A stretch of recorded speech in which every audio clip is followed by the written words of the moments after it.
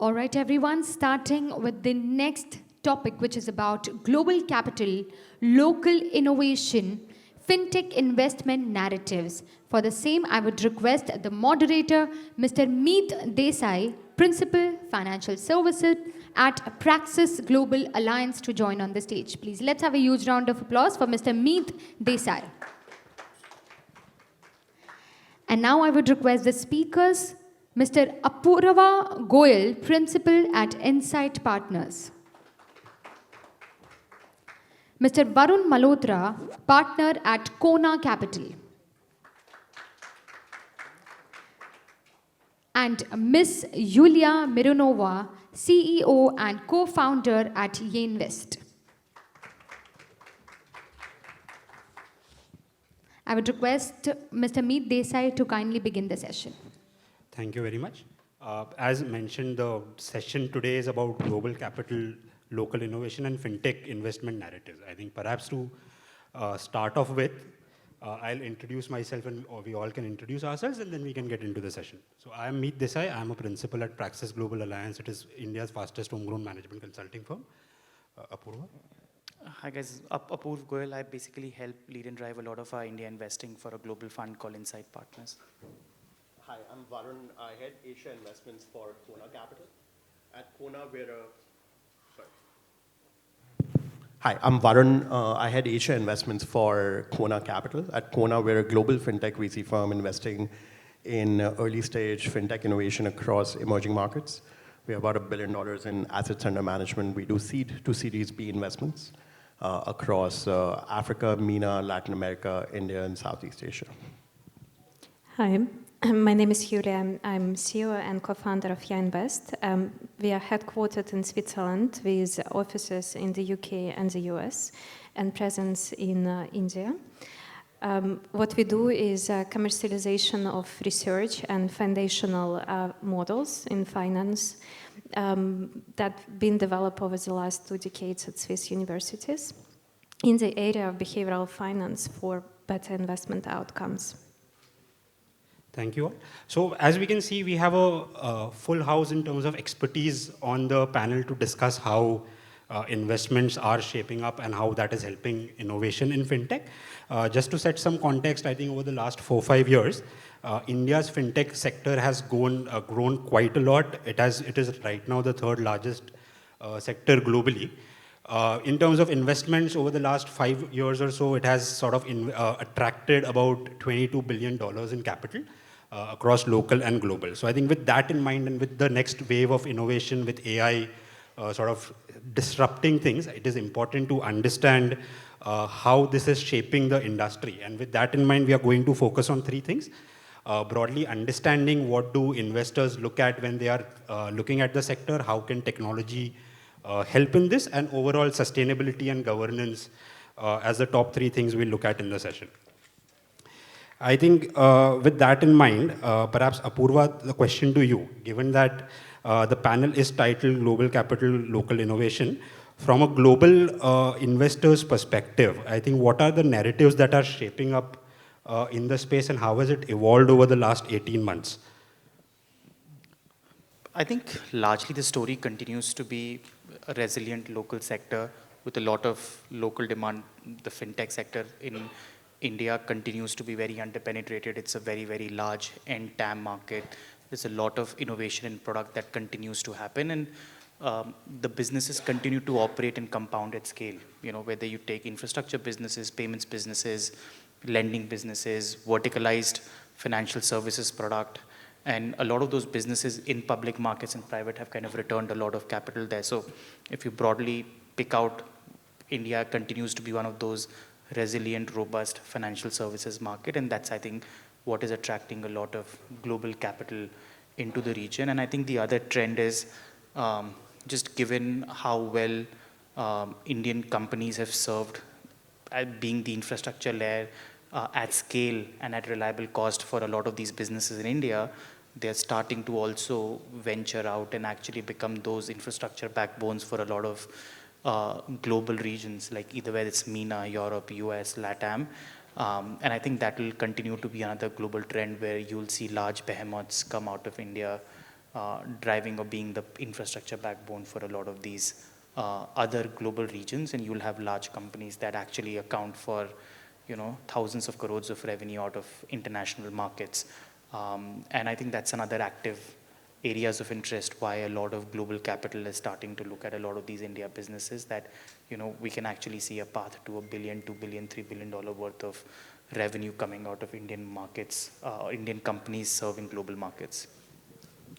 Thank you, Apoorva. With taking that question forward, Varun, you also look at a lot of early stage innovations. What do you think are the white spaces that still exist in terms of either on the consumer side, where we look at the next 100 million, 200 million consumers, or as Apoorva mentioned, on the infrastructure side, which can serve not only India but globally? Where do you see are the white spaces that are there? No, sure, absolutely. Thanks, Meet. And totally resonate with everything that Apoorva pointed out. I think it's a very similar opportunity set that we're also tracking. In the early stage, I think there's some very interesting white spaces that have particularly, some that have always existed and been more permanent. When you look at the size of the domestic market, the domestic consumption, consumer or MSME, there is continual scope to kind of create large new categories. And ever since we moved away from the Uber for X, Amazon for X phenomena way back in 2015, I think we've consistently demonstrated that we can create new categories that are a lot more indigenous to the market and very unique to the problem set that Indian customers or emerging market customers face, right? I think the recent IPO of Urban Company is like testament to that. There's no parallel to an operation at that scale and that kind of a model globally. So I think we'll continue to invest very heavily in newer consumer and MSME category creating businesses, whether it's things like credit on UPI, which I think is going to be a phenomenal way of going forward, or more innovation that's built around packaged products for MSMEs on the financial services side. So when we spoke about the unbundling of financial services several years ago, I think we're increasingly seeing a lot more rebundling of financial services. And that's great because that puts the customer first at the center of the conversation as opposed to financial products, right? So we're seeing a repackaging of financial products and services geared more towards either a use case, like education and everything to do with that. So when you look at cross-border remittances, you look at credit, you look at counseling, you look at choices, making decisions related to education, that's a packaged offering. Or we'll see some repackaging or rebundling happen with a particular target segment in mind. So export-import is a massive opportunity, right?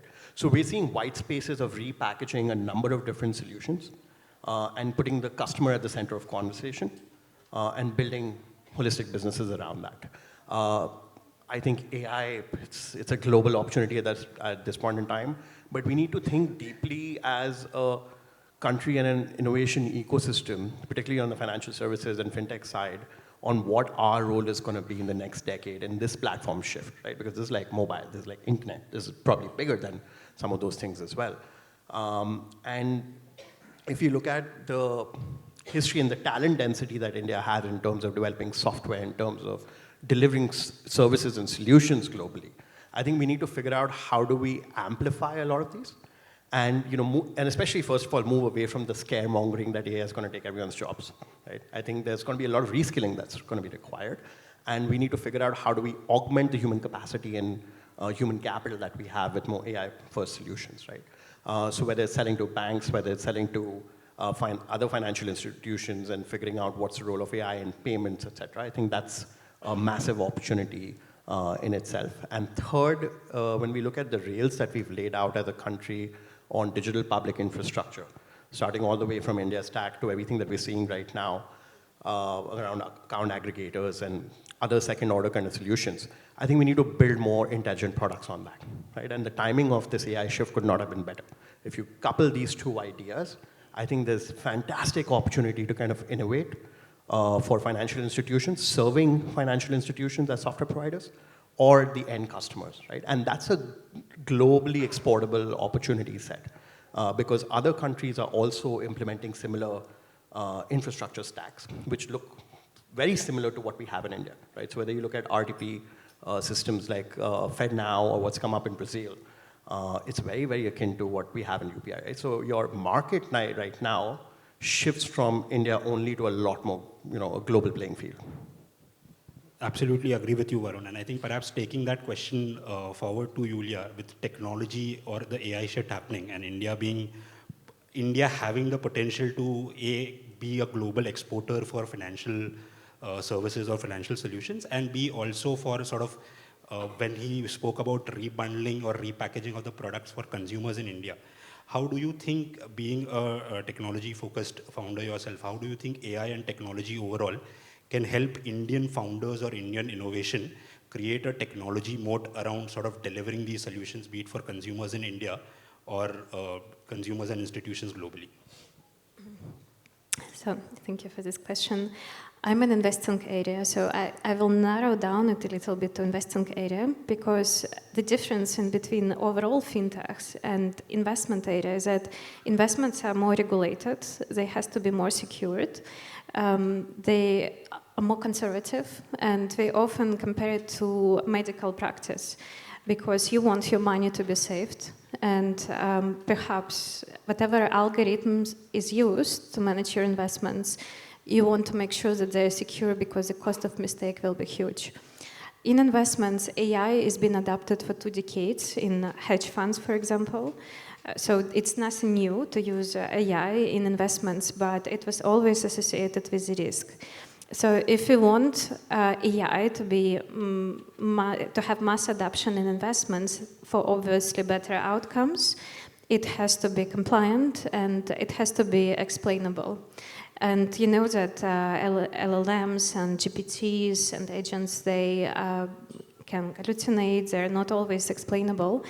So there is a big part of research, if we speak about these foundational technologies, how to make AI explainable, how to make AI robust, but at the same time powerful, that delivers better outcomes than statistical models that is used today in any financial institution.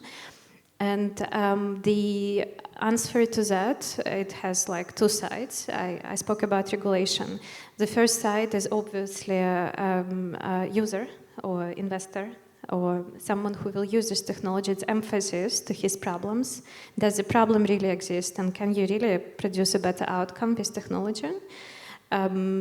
Is it confirmed? So kind of classical product market fit and emphasizing.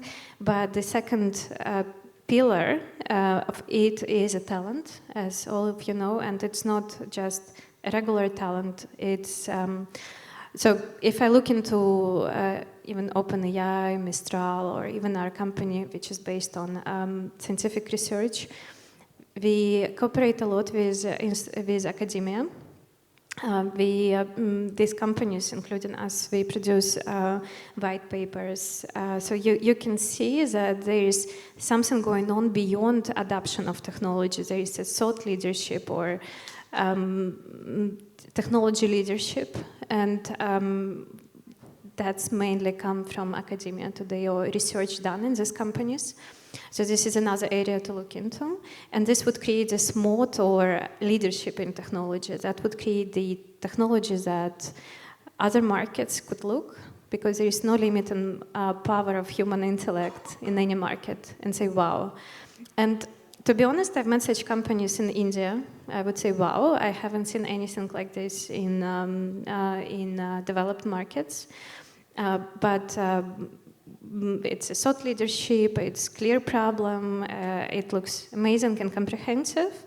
The adoption then in developed markets would be, is it compliant? Is it follows the compliance framework or frameworks those markets used to operate? Can we adapt this amazing technology to compliance framework? So that's first pillar I started. And speaking about Indian academia, in our field, in behavioral finance, the only patents that have been published in the area similar to us was India. So that's attests that there's huge talent and huge academic powers that can be embedded once the compliance framework of other markets understood. Thank you, Yulia. I think I'll continue with that question forward to you. Given that compliance is important, I think what other things do founders have to sort of take care of or look into when they are looking at scaling their businesses, be it around, given that in India especially profitability or economics of the business are also important. What are the other things that they have to take in mind around risk, around data security, so that they can also attract capital, be it local or be it global? I'll speak from founder perspective.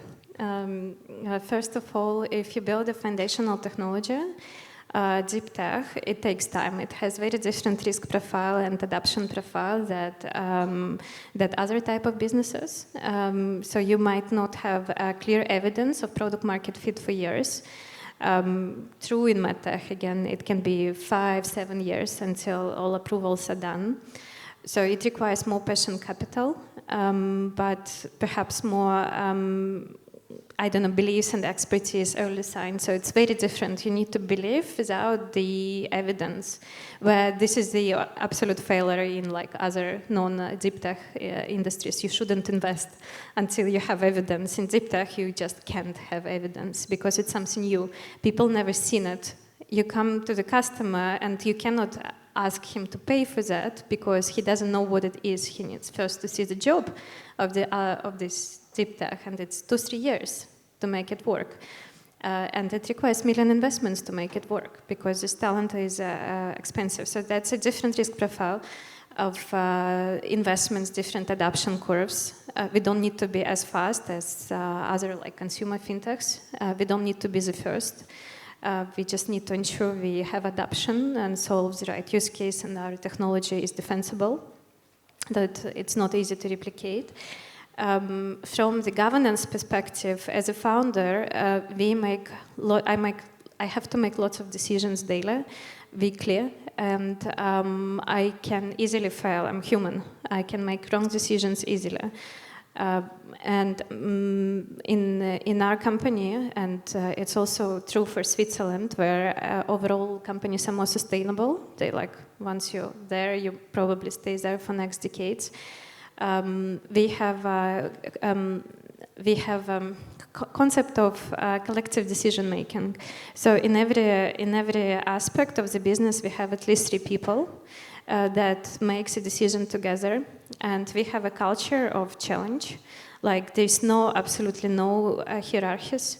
It's the opposite, like reverse hierarchy, and it's everyone can raise their voice. It was even true in corporate environment, and challenge any decision, even if you don't have expertise in this area. And it's essential and important to raise your voice anytime, and that none of decision make individually.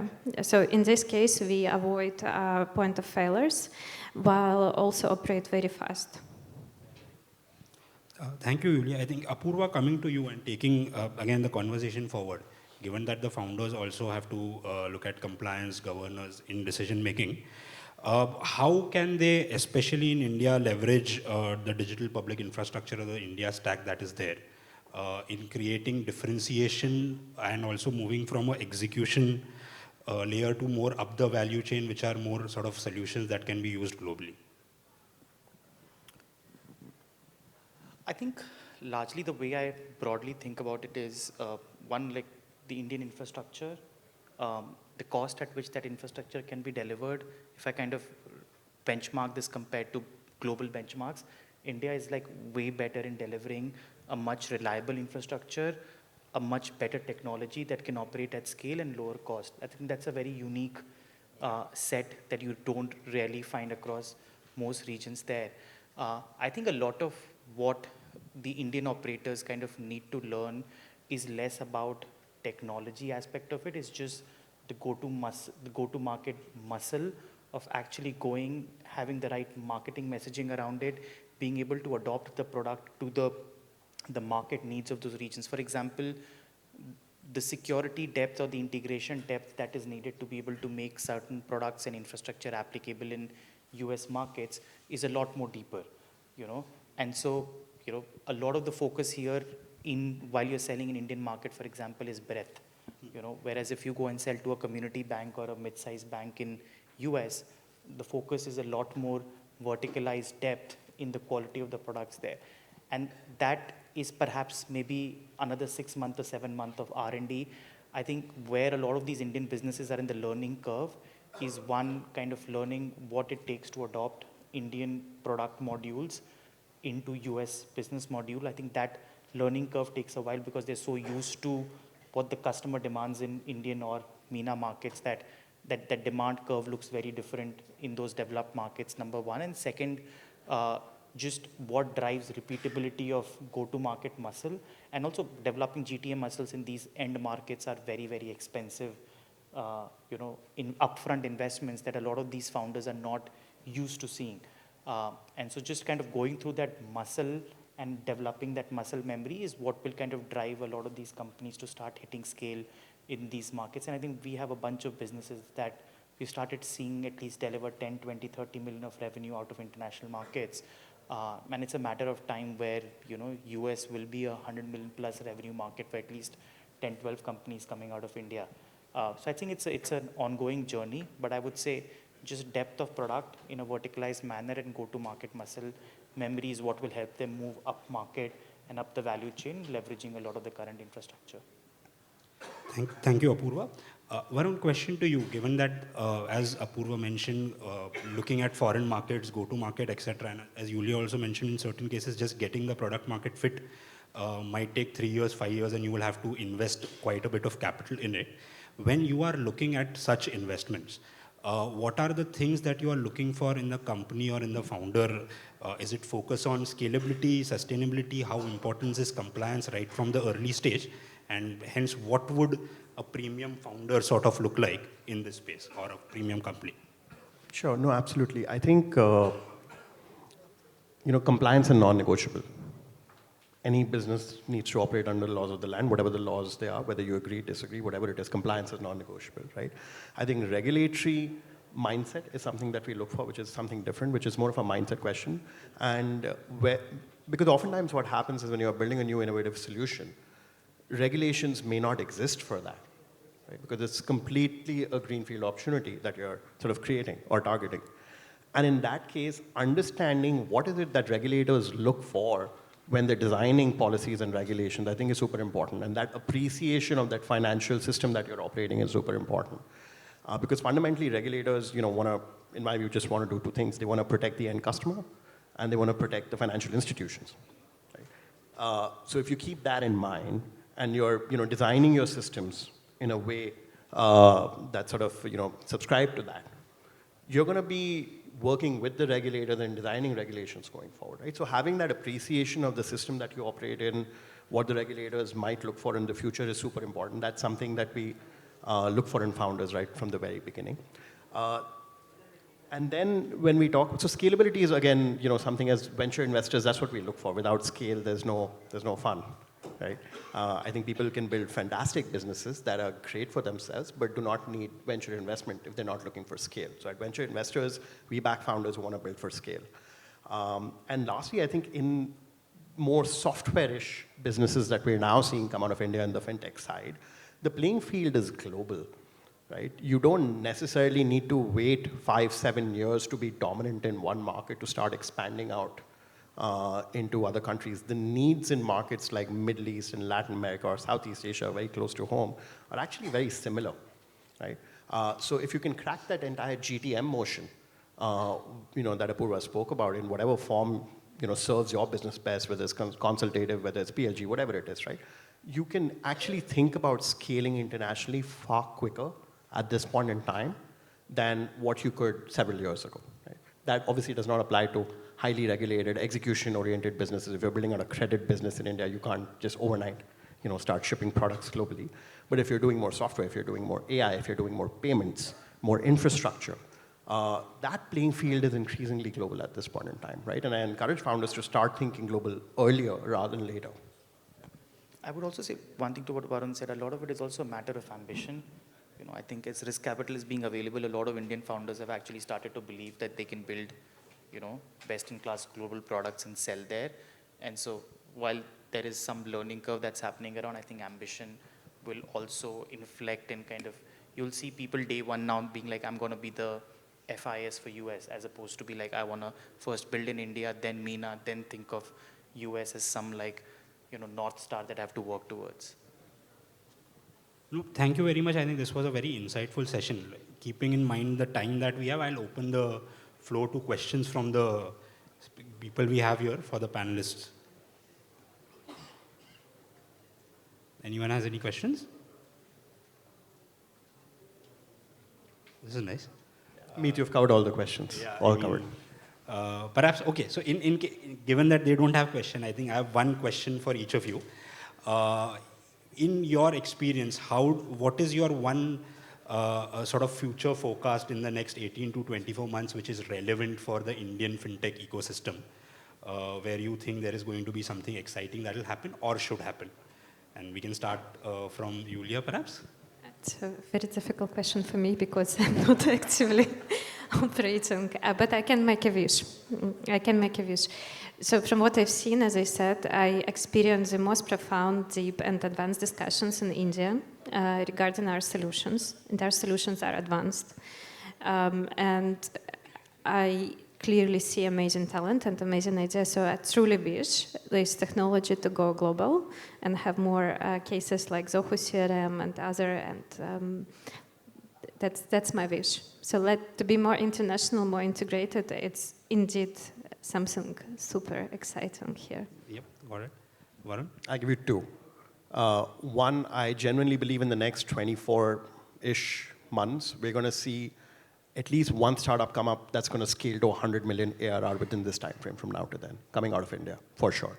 And secondly, I think we're going to see, which already started happening, it's not much of a prophecy, but we'll see a very, very deep and liquid tech index forming because of the number of venture-backed tech-focused companies and tech-enabled companies that are going public right now.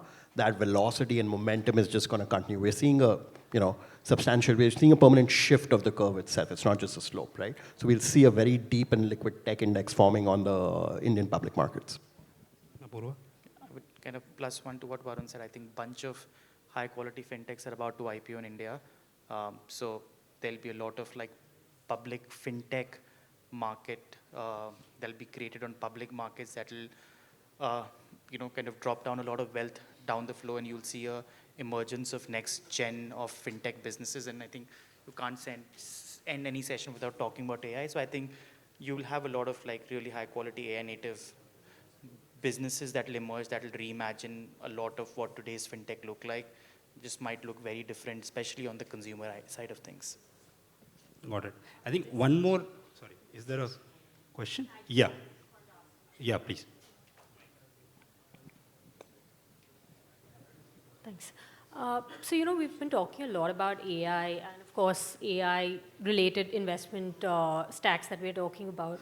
Do we really believe that, given the Indian demographic and the literacy levels, when we want to capture the tier 2, tier 3 market and include them in the financialization of savings, so to say, do we actually believe that AI would kind of take over the human touch that is required at this point, or do we believe that it would have to go hand in hand? Sorry, go ahead.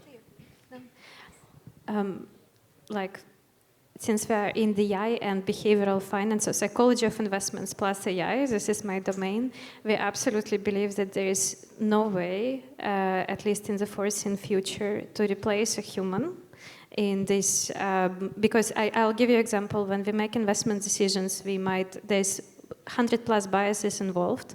Into that, at the moment, we can measure more biases than our competitors. It's 6 biases, right? So and the human experienced financial advisors, they are trained over years and with their experience to recognize 100 biases. At the moment, technology cannot do that.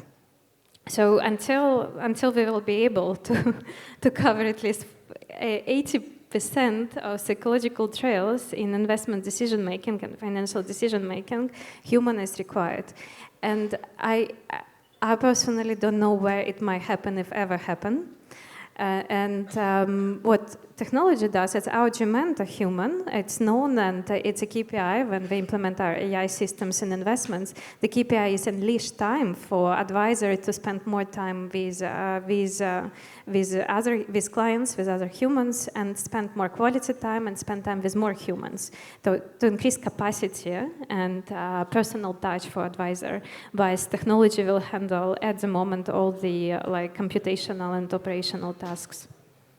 I think my short answer for you is I think AI will enable a lot of the financial inclusion. I don't think it's going to replace human touch, but it's going to enable a lot of how the services are being delivered. So I think it'll go hand in hand. I don't think it's either or. One more question.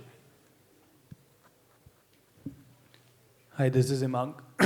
So, based on your answer, do you recommend we should be building more from a perspective where AI can help advisors, or we should be building from a perspective where AI can directly help retail investors, and maybe a wealth tech platform can enable AI into their own offering and put their own frameworks into working? Who is this question I think for? there'll be a customer set for both, right? So it depends what, if you're building for advisors, build for advisors. If you're building for end customers, build for end customers. But make sure you're building AI native if you're starting something right now. If I may to add on top, we build for both. And I think in order to scale and to go global, you have to build your tech in a very neutral way, like API first.